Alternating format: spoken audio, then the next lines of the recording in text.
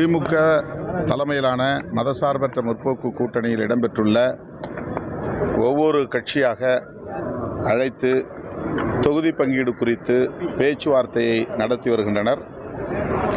திரு TR. Balu அவர்களின் தலைமையிலான குழு தேதி வாரியாக கட்சி வாரியாக சந்தித்து வருகிறார்கள். விடுதலை சிறுத்தைகள் கட்சிக்கு இன்னும் அழைப்பு வரவில்லை.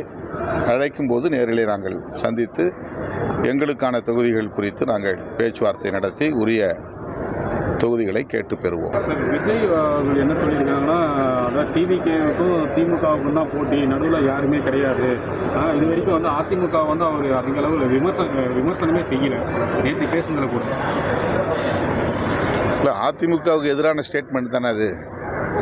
திமுகவுக்கும் அதிமுகவுக்கும் இடையிலான போட்டி தான் இந்த தேர்தல் என்று பொதுமக்கள்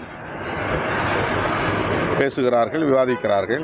ஆனால் விஜய் அவர்கள் இது திமுகவுக்கும் தாவேகாவுக்கும் இடையிலான போட்டி என்று சொல்லுவதன் மூலம் அவர் அதிமுகவை குறைத்து மதிப்பிடுகிறார், அதிமுகவை சீண்டுகிறார், அதிமுக ஒரு பொருட்டே அல்ல என்று விமர்சிக்கிறார்.